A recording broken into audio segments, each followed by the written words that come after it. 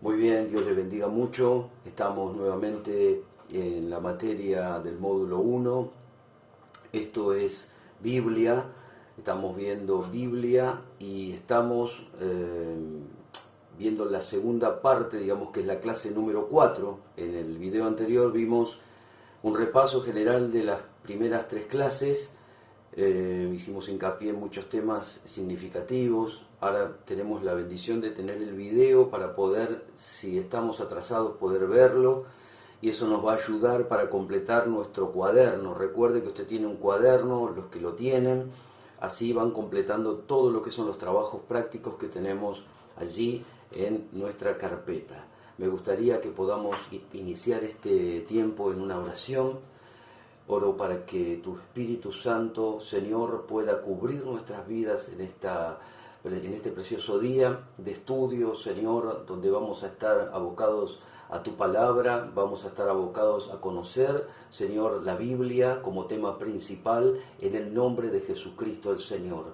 Bendecimos tu nombre, bendecimos a tu Hijo Jesucristo el Señor sobre nuestras vidas y bendecimos al Espíritu Santo para que nos dé fuerzas y concentración, Señor. Oramos para que tú nos des fuerzas nuevas. Oramos para que tu Espíritu, Señor, pueda también darnos conocimientos y, Señor, sellarlos en nuestro espíritu y en nuestra alma. En el nombre de Cristo Jesús, bendigo este tiempo, bendigo a mis hermanos, a todos los alumnos del módulo 1, en el nombre de Cristo Jesús. Diga conmigo, recibo tu bendición, Señor. Recibo tu gracia, recibo tu unción, recibo tu frescura en el nombre de Jesucristo el Señor, para aprender tu palabra, para que tu palabra sea, Señor, siempre fiel y verdadera en mi vida, Señor, y yo pueda seguir tus propósitos que tienes de antemano para mí. En el nombre de Jesús, amén y amén. Vamos a ver 2 temas en este día. Vamos a ver en principio la clasificación de los libros de la Biblia. Vamos a tomar primero el Antiguo Testamento y luego el Nuevo Testamento. ¿Cómo clasificamos los libros? Bueno, vamos a tomar los primeros 5 libros, que son el Génesis, el Éxodo. Allí tenemos Levítico, Números y Deuteronomios.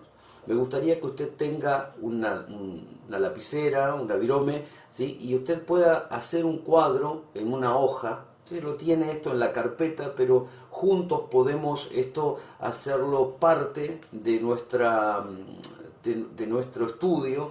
Cuando usted anota, tiene una receptiva mucho más grande que leyéndolo.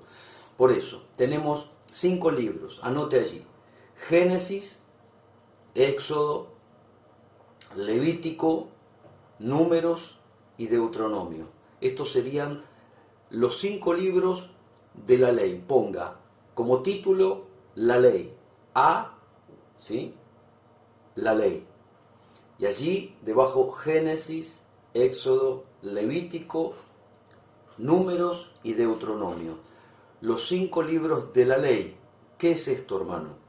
Bueno, Moisés recibe a través de Dios la ley. La ley son los mandamientos. Cuando usted quiere saber algo de la ley, usted se puede referir a todas las leyes y los mandamientos que Dios instruyó a Moisés desde la salida de Egipto hasta el día de hoy, porque los mandamientos siguen en vigencia, no claudicaron. La Biblia siempre está actualizada, la Biblia nunca muere, la Biblia no se desinforma, la Biblia nos informa. Por consiguiente, bendito Hijo de Dios, te ruego de que siempre la Biblia sea parte de tu consulta, ¿sí? Entonces, tenemos la ley como punto A. Punto B, anote el título del punto B, libros históricos. Dentro de los libros históricos, allí va a haber una historia de Israel, de sus movimientos, de los jueces, de los reyes, de todos los sucesos luego de que Dios dictara la ley. Entre ellas hay muchas historias también de dureza de corazón, de rebeldía del pueblo. Lo va a ver esto en toda la Biblia prácticamente, va a encontrar desafortunadamente momentos donde el pueblo se quería emancipar de Dios, y allí en los libros históricos va a encontrar muy claramente cómo el pueblo desobedecía a Dios, y por otro lado, cuando estaba en necesidad, cómo volvía a Dios y Dios los perdonaba. Esto fue un clásico, digamos. Dentro del Antiguo Testamento había un ida y vuelta continuamente del pueblo y de las generaciones que parecían estar esclavas a los ídolos. No podían despegarse, no podían emanciparse de todo lo que habían recibido en Egipto. Y eso perduró durante muchos años, inclusive hasta los años de Jesús, que venían con un adoctrinamiento y una ley tan escasa espiritualmente hablando, que no podían creer en Jesús, no podían creer en el Hijo de Dios. Muy bien, estos libros históricos, volviendo a la materia, tiene 12 libros que son los más importantes de la historia del Evangelio. Mire, acá podemos ver 12 libros, que Josué, que es el sucesor de Moisés. Josué tiene un encuentro con Dios. Josué fue tocado por Dios luego que Moisés, su líder, hubiera fallecido. Él queda a cargo de toda la compañía de Israel, y él lleva adelante, y fue un buen hijo de Dios este hombre, y también tuvo mucho éxito en algunas cosas que el pueblo obedeció a él como nunca antes lo había hecho. Tuvo una gracia de parte de Dios para que el pueblo pudiera enfilarse y mirar a Dios. Luego hay otros sucesos más adelante en otros libros que no fue tan así. Mire, el primer libro entonces histórico es Josué. El segundo libro, me gustaría que usted anote ahí, es Jueces. El segundo libro es Jueces. Como no había rey, los jueces iban pasándose, digamos, la posta, y ellos tomaron lo que era la guía del pueblo. No había rey y ponían jueces. Después viene Ruth, el libro de Ruth, ¿sí? Después viene Primera de Samuel, Segunda de Samuel, Primera de Reyes, y ahí aparecen los reyes, ¿sí? Todo comienza ahí con Salomón, y luego siguen los reyes, continúan los reyes hasta Primera de Reyes, Segunda de Reyes, Primera de Crónicas, Segunda de Crónicas, Esdras, Nehemías y Esther.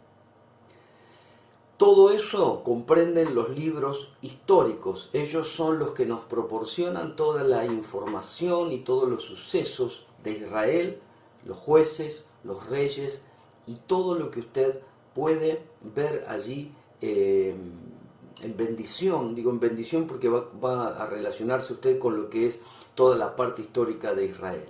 Luego están los libros poéticos. Ponga un título ahí. C, ¿sí? El punto número C. Libros poéticos, de poesía. Muchos de ellos son salmos, y quiero que usted anote allí. Job, que era un hombre que tuvo una intervención divina. Él era un hombre bendito de Dios. Vino el diablo y quiso decirle a Dios: mirá, él como es hijo tuyo, él como está tan bendecido, él cumple todas las ordenanzas tuyas, porque él tiene todo lo que vos le diste, pero dámelo un ratito, dámelo un tiempo, y vas a ver cómo te empieza a desobedecer. Y bueno, sucedió que el diablo, escuche esto, es importante, el diablo termina como pidiéndole a Dios que le dé a Job, para demostrarle a Dios que Job lo iba a abandonar.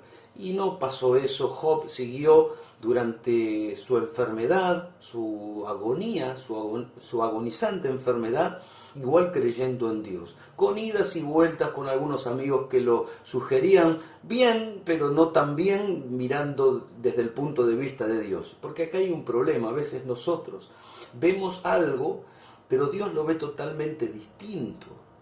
Dios tiene la capacidad de ver algo que nosotros no vemos. Por eso ruego que nosotros podamos leer la Biblia, ahí en Mateo y en Marcos, que es lo que los pastores nos dicen que tenemos que leer como parte de la materia, y que podamos ver algo más allá de lo que Dios nos quiere mostrar. En este libro de Job, Job termina siendo bendecido. Después de todo lo que le pasó, Dios lo multiplicó, y seguramente algunos de ustedes conocen la historia. Luego el libro de los Salmos, el rey David y otros salmistas también están poesía tras poesía, nos bendice, nos llenan, son a modo de devocionales. Muchas veces leemos los salmos como algo inspiracional de parte de Dios. El tercer libro de los libros poéticos, son 5, el tercero es Proverbios. Usted no sabe lo que ese libro provocó en mi vida cuando era nuevito dentro del cristianismo. Ese libro de Proverbios, escrito en su mayoría por el rey Salomón, un hombre que adquirió la bendición de su padre David, el rey David, que escribió la mayoría de los salmos. También hay otros autores en los salmos, no todos los salmos los escribió el rey David, hay otros también que escribieron. Hay que leer antes, arriba en los títulos de los salmos, porque ahí nos dicen quién fue el que lo escribió. Su mayoría fueron David, pero también hay otros. El Papa David bendijo a Salomón, y este tuvo algo así como una gracia de parte de Dios, y en el momento donde él queda rey, era un chico joven, unos 20 y algo de años, él recibe la herencia del reinado de David y le pide a Dios que le dé sabiduría, y Dios se agradó de Salomón, y se agradó porque no le pidió dinero, porque no le pidió bienestar económico, no le pidió nada sino sabiduría para poder llevar adelante semejante tamaño de responsabilidad que era llevar el pueblo de Israel adelante, sabiendo todo lo que Israel traía en sus lomos, su historia, su pensamiento, su esclavitud espiritual y mental que había traspasado las generaciones. Y Salomón tuvo un despertar espiritual que fue, después de Jesús, fue el hombre más influyente en la Biblia, y también el hombre más sabio. Proverbios es un libro poético, pero también es un libro de consejo. Eso fue algo que impactó mi vida en el momento más triste, en el momento de conversión, en el momento donde necesitaba que Dios me hablara. Proverbios fue un libro de instrucción y de dirección para buscar a Dios. Usted sabe que el temor a Dios nos da la virtud de la sabiduría. Cuando usted y yo tenemos temor a Dios, dice la Biblia en Proverbios 1:7, que la sabiduría del hombre es el temor a Dios. Cuando usted tiene temor a Dios, cuando usted reconoce a Dios, cuando usted se humilla delante de Dios, usted es una persona sabia, es una persona con sentido común. Proverbios, un libro poético, un libro de consejo, de sugerencia y de guía. Dios le bendiga, que en algún tiempo usted pueda leer los Proverbios, ¿sí? El cuarto libro poético es Eclesiastés. Lo escribe también Salomón con algunos años de experiencia. Usted se va a encontrar que es un libro muy moderno, muy actual. Es un libro muy actual como los Proverbios. Usted cuando lee Proverbios y lee Eclesiastés del mismo autor, usted va a notar que hay un simbolismo que es el diario vivir. Se va a identificar usted leyendo estos libros. Va a notar de que tiene similitud con nuestra realidad. Va a notar de que no hay distancia entre la escritura y la actualidad, que la Biblia no pasa de moda. Allí usted lo va a corroborar por propia cuenta. A veces cuando escuchamos que otro lo dice, no lo podemos corroborar o no podemos dar la fe o la ciencia de la fe que corrobora eso, pero cuando usted lo lee y se da cuenta que estos libros le bendicen y son actuales, eso puede hacer que el interés bíblico se sume y se agrande en su corazón. Dios nos va a sorprender. Y el último libro, también escrito por Salomón, es Cantar de los Cantares. Es un libro complicado porque habla del amor, pero hay que, digamos, expresar de la manera en que lo hace. Muchos no lo entienden porque parece que le está hablando a alguien, y a veces le está hablando a Dios y a veces le está hablando a su esposa, etcétera. Es un libro que necesita también la guía de algún hombre de Dios, algún teólogo, algún líder que tenga la experiencia para poder leer Cantar de los Cantares. Esos son los 5 libros poéticos: Job, Salmos, Proverbios, Eclesiastés y Cantar de los Cantares. Luego están los libros proféticos. Los libros proféticos, en el punto D de título, libros proféticos. Ellos son, están clasificados en 2 partes. Ponga, libros proféticos, profetas mayores. Los profetas mayores, usualmente los profetas mayores son los más citados, y los menos citados son los profetas menores. Ahora, cuando le lean los profetas menores, usted se va a dar cuenta de que muchos ni siquiera conocen esos libros. Mire, profetas mayores: Isaías, Jeremías, Lamentaciones, Ezequiel y Daniel.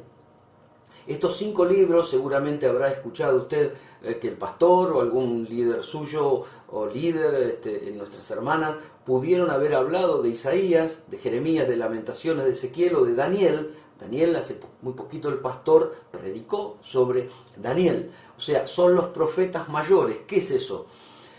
Son los profetas que llevaron revelaciones de parte de Dios y anticiparon. Por ejemplo, en Isaías capítulo 9, hablo de un solo libro, ¿sí? Para no extender mucho el video. Isaías habla, por ejemplo, de la venida del Mesías. En Isaías 9 habla de la venida del Mesías, que iba a ser consejero, Padre eterno, Rey de gloria. Da una simplificación de lo que iba a ser el nacimiento del Señor y cómo se le iba a llamar, el nombre, los nombres de Jesús, los nombres, ¿sí?, del Mesías. Ellos le decían el Mesías a Jesús. Y luego, en el capítulo, por ejemplo, de Isaías 53, habla de que fue molido su cuerpo. Y está hablando de la cruz, está hablando cuando Jesús, usted bien sabe, que fue crucificado, y en esa crucifixión tuvo dolores, le quebraron huesos, y habla Isaías 53, si usted después quiere en un rato, anótelo y vea la proyección y lo que es la profecía, un adelantamiento de los sucesos. Dios usó a muchos de estos profetas mayores para adelantar conocimiento, para adelantar lo que podía pasar. Y tomo otro libro más, que es el de Daniel. Daniel y Apocalipsis en el instituto bíblico, en los institutos bíblicos se estudian juntos, porque Daniel y Apocalipsis tiene un paralelismo y tiene un grado de conexión espiritual, tanto el final de los tiempos como Daniel, que era un hombre que usted sabe vivió en un palacio con otra cultura, pero nunca se alejó de Dios, nunca rompió la relación con Dios, a pesar de que el faraón de ese momento, el rey ese Nabucodonosor y otros, querían que ellos, esos 4 amigos, pudieran rendirse al Dios de ellos. Sin embargo, ellos no rompieron ese lazo que los unía a Dios.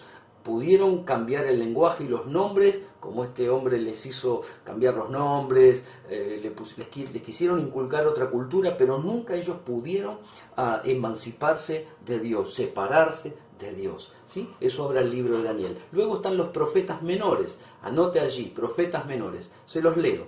Oseas. Son algunos de los libros que tal vez usted no está tan acostumbrado o familiarizado con estos nombres. Mire, Oseas, Joel, Amós, Abdías, Jonás. Hermosa historia Jonás. 4 capítulos sin desperdicio de Jonás. Era un hombre que tenía un cierto egoísmo del celo de Dios y no quería que la gente de ese lugar recibiera.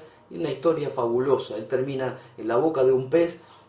Se quiso escapar de Dios y en realidad terminó siendo haciendo la voluntad de Dios. Por eso qué bueno es no escaparnos de Dios, qué bueno es seguir haciendo la voluntad de Dios en estos tiempos donde estamos tal vez, muchos estamos en nuestros hogares, seguir haciendo la voluntad de Dios, seguir estudiando, no escapar de las responsabilidades que Dios nos dio como hijos de Dios. Jonás es un gran ejemplo para leer. Miqueas, tal vez usted diga, Miqueas, ¿quién es? Miqueas, Nahum, Habacuc, son todos profetas menores. Sofonías, hermoso libro el de Sofonías. Hay un versículo en una versión que dice, Dios es mi abogado. Qué bueno que Dios pueda defendernos de todo lo que está pasando. Dios es nuestro, tú y mi abogado. Amén. Ageo, Zacarías y Malaquías. Algunos de ellos hablan del diezmo. Muy lindo. Malaquías habla del diezmo, de traerme los diezmos al alfolí y todo lo que a veces escuchamos en los cultos. Estos profetas menores tienen mucho que decirnos en la palabra de Dios en el Antiguo Testamento. Muy bien, esta es la primera sección de el desglosado de los libros del Antiguo Testamento. Vamos a pasar ahora, ponga de título, divisiones del Nuevo Testamento. ¿Cómo es esto? Tenemos los títulos, tenemos el punto A, el B, el C y el D. En el punto A vamos a poner libros biográficos. Son los evangelios, los 4 evangelios de Mateo, de Marcos, de Lucas y de Juan. Estos 4 evangelios son los libros biográficos. Cada uno de ellos nos va dando distintos aspectos, distintas aristas de cómo fue la genealogía de Jesús, cómo Jesús nació, cómo Jesús se crió, quiénes fueron sus padres, cómo lo alcanzaron, cómo él podía vivir en una cultura donde no era reconocido, sino como el hijo del carpintero, siendo Dios. Todos, mire, voy a utilizar una palabra vulgar, pero cuánto bullying, ¿sí?, que es una palabra moderna, le hicieron a Jesús. Los propios del pueblo. Usted sabe que Jesús, cuando él fue creciendo y ya tenía el ministerio, dice que se fue de la ciudad de él porque había mucha incredulidad y no podía hacer milagros ahí porque la gente no tenía fe. Si hay algo que combina el favor de Dios con el milagro, es la fe.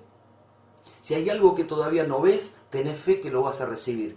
Me gusta mucho lo que dice el apóstol Pablo. No quiero predicarte, te estoy enseñando, pero el apóstol Pablo hablaba, llame lo que no es como si fuera. Tal vez vos o yo tenemos algún hermano, algún padre, alguna mamá, algún familiar, alguien, tu esposo, tu esposa, que no conoció a Dios todavía, que te gustaría que lo pudiera conocer por tu experiencia, porque fuiste a un encuentro, porque te encontraste con Dios, porque participaste del bautismo, porque estás bien, porque estás estudiando, porque te gusta la palabra de Dios y estás enamorado de Dios. Y te gustaría que ese enamoramiento también pudiera ser parte de algunos de tus familiares amados. El apóstol Pablo dice que la fe la podemos ayudar diciendo, llamando lo que no es como si fuera. Por eso, llame lo que no es como si fuera. Mi hija va a ser de Cristo, mi hija es de Cristo, mi hijo es de Cristo, mi hermano es de Cristo. Declárelo, entrégueselo a Dios, llame lo que no es como si fuera. Amén.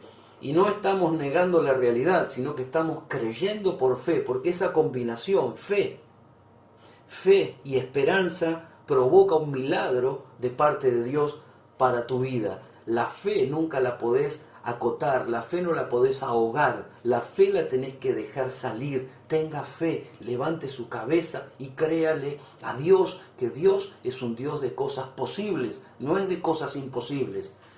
Dios hace cosas posibles, ¿sí? Lo imposible lo hace realidad. Lo que nadie puede hacer, Dios lo puede hacer. Amén. Abrió un mar, imagínense si no va a tocar el corazón de un familiar suyo. Dios puede mucho, mucho más de lo que nosotros podemos ver. Los 4 libros biográficos va a ver la historia de Jesús, la biografía de Jesús, la de los apóstoles, cómo se fueron sumando a esta movida de la predicación, cómo ellos fueron soltando y adquiriendo sabiduría. Amén. 4 libros, Mateo, Marcos, Lucas y Juan. Después están los libros históricos. Aquí tenemos solamente un libro. Es el libro de los hechos de los apóstoles. Los apóstoles tuvieron un tiempo con Jesús, muchos tuvieron algunos años, 3, y otros lo conocían desde antes, pero ministerialmente estuvieron 3 años recibiendo órdenes, recibiendo palabras, recibiendo mandamientos, recibieron todo lo que Dios tenía sobre sus vidas. Y usted sabe que el Señor fue alguien que instruyó a estos hombres para que ellos pudieran ser historia. La historia de estos hombres se describe en los hechos de los apóstoles. Por eso animo para que usted pueda leer los hechos de los apóstoles más adelante con lo que el programa de nuestra escuela de vida tiene. El punto C, libros didácticos. Son 21 libros, usted los tiene anotados seguramente ahí, la epístola de Pablo, Romanos, Corintios, Primera de Corintios, Segunda de Corintios, Gálatas, Efesios, Filipenses, Colosenses, Tesalonicenses, Timoteo, Tito, Filemón, son todas epístolas del apóstol Pablo. Después están las epístolas a los hebreos, las epístolas universales, Santiago, Primera de Pedro, Segunda de Pedro y Juan, que escribe 3 últimas cartas, y Judas. Todos estos son libros didácticos, mucha palabra de Dios, mucho de Dios, mucha unción de Dios. Dios usó mucho a Pablo, a Santiago, a Juan, a Judas, que no es Iscariote el que vendió a Jesús. Mucho de parte de Dios, muchísimo de parte de Dios en estos 21 libros didácticos que son para poner, manos a la obra y poner nuestras vidas allí al cuidado de Dios. Desde esos 21 libros, todos esos libros son de muchísima enseñanza y muchísimos mandamientos implícitos. ¿Qué es algo implícito? Algo que necesitamos hacer. Por ejemplo, el apóstol Pablo decía que hospedemos a las personas que tienen necesidad. Por ejemplo, dice que tenemos que ser hospitalarios con esas personas. Por ejemplo, habla de amarnos los unos a los otros, ¿sí? Como termómetro de que somos hijos de Dios. Esto lo dice Juan. Entonces, hay como mandamientos que son submandamientos, pero mandamientos implícitos de parte de Dios, que fue hablando a través de los discípulos, y en estos 21 libros vamos a encontrar muchísimos mandamientos implícitos para poder tener un corazón cercano a Dios. Después está un libro profético en el punto número D. El único libro profético de la Biblia es el Apocalipsis. El único libro de la Biblia que es profético es el Apocalipsis. Un libro bastante complicado en sus, necesitamos tener una experiencia mayor con lo que es el conocimiento bíblico para poder entender todas las enseñanzas de él.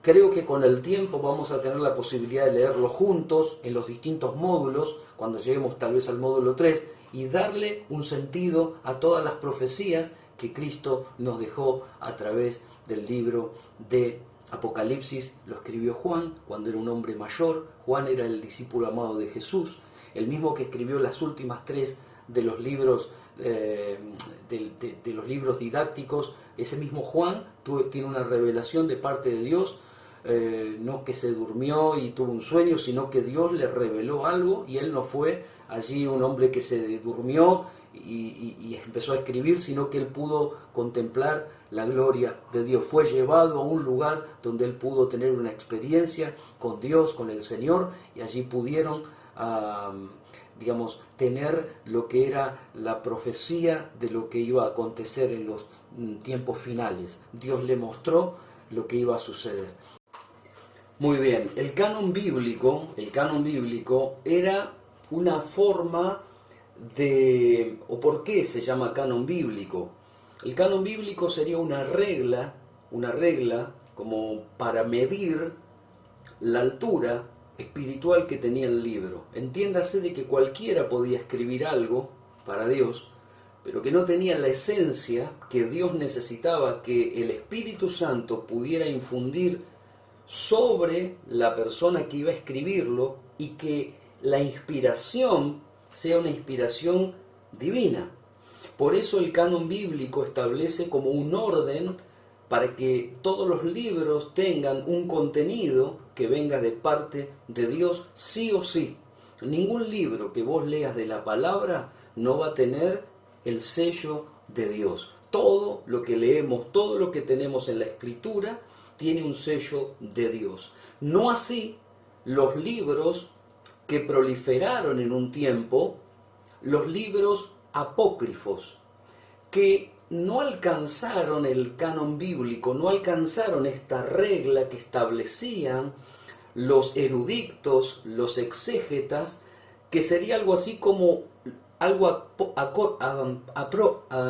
apócrifo, es algo que sería algo como inventado, simulando algo que no era, según el significado de la palabra, los cuales no tenían crédito para el canon bíblico.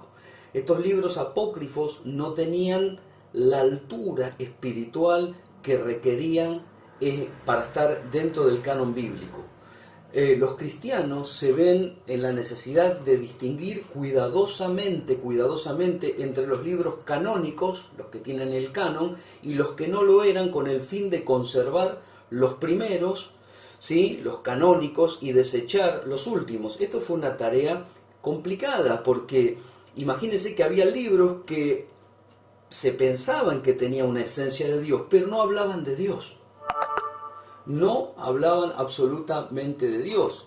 Entonces creo que el tiempo fue dejando, gracias al canon bíblico, hoy tenemos la revelación que Dios completa y nos da la sensación de que todo lo que leemos es verdad. No hay error en la Biblia, no vas a encontrar errores bíblicos en absoluto, porque Dios se encargó de que hubiera hombres con la altura espiritual, con el recurso del Espíritu Santo, para que la obra completa sea una obra fidedigna, una obra de bien, una obra llena del poder del Espíritu Santo. Por eso le damos gracias a Dios, porque el canon bíblico nos da la certeza de que todo lo que está en la palabra de Dios es verdad.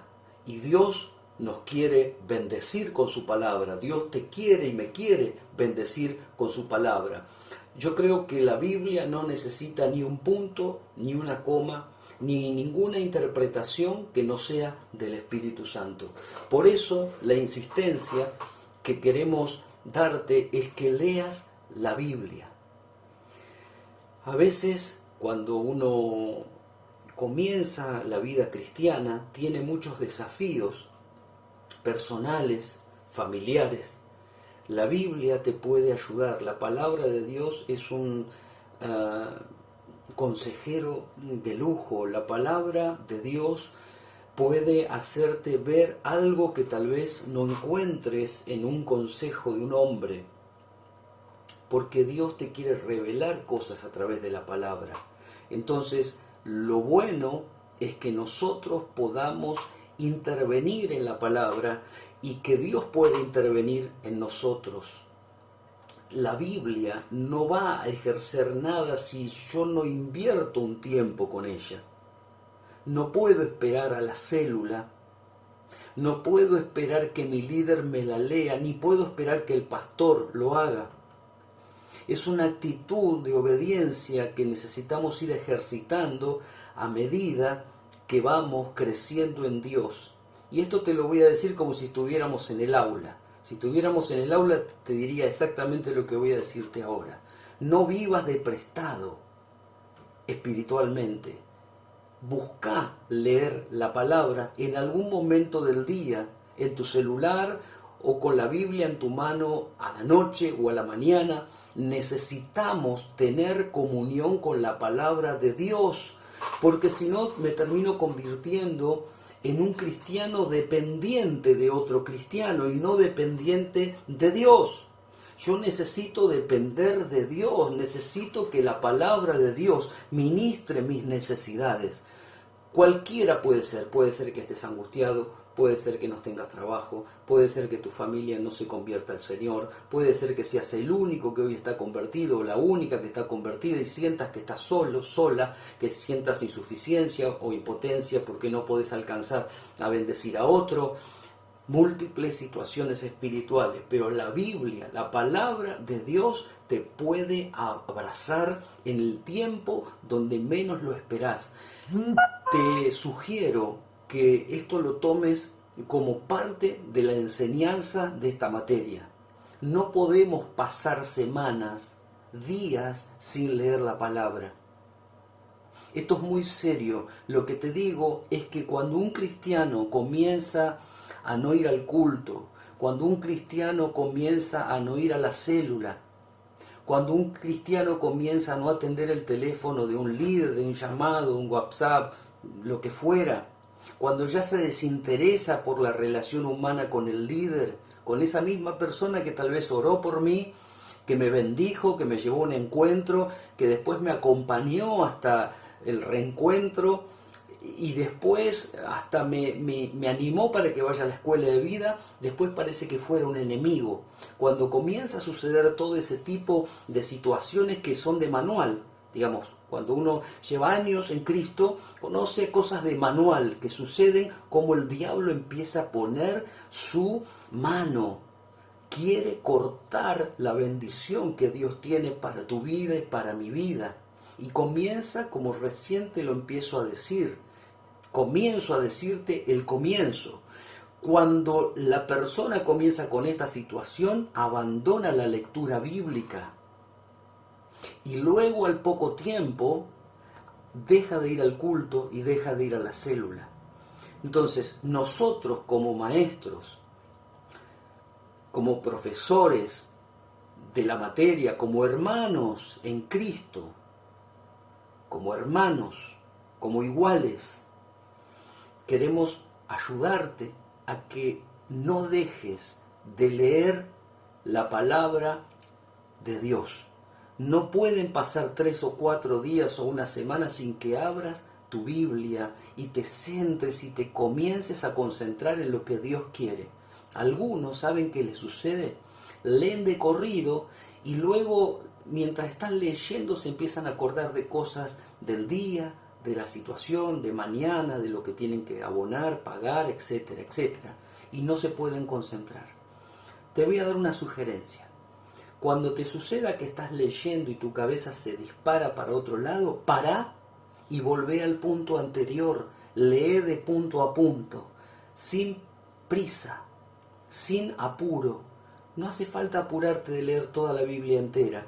Si lees un Salmos, podés leer 5 o 6 o 7 versículos y empezar a sacar el jugo de la palabra de Dios. Yo sé que Dios te va a bendecir tanto, tanto. Espero encontrarme en algún lugar con vos, algún momento, y me digas, sabés que Dios me está bendiciendo, sabés que Dios está hablándome con la palabra, y eso es lo que más fruto nos va a dar el día de sequía, el día que tengamos una necesidad. Ese fruto de la palabra de Dios hará que esa necesidad se encamine, se encauce en Dios. Vamos a mirar a Dios como el proveedor.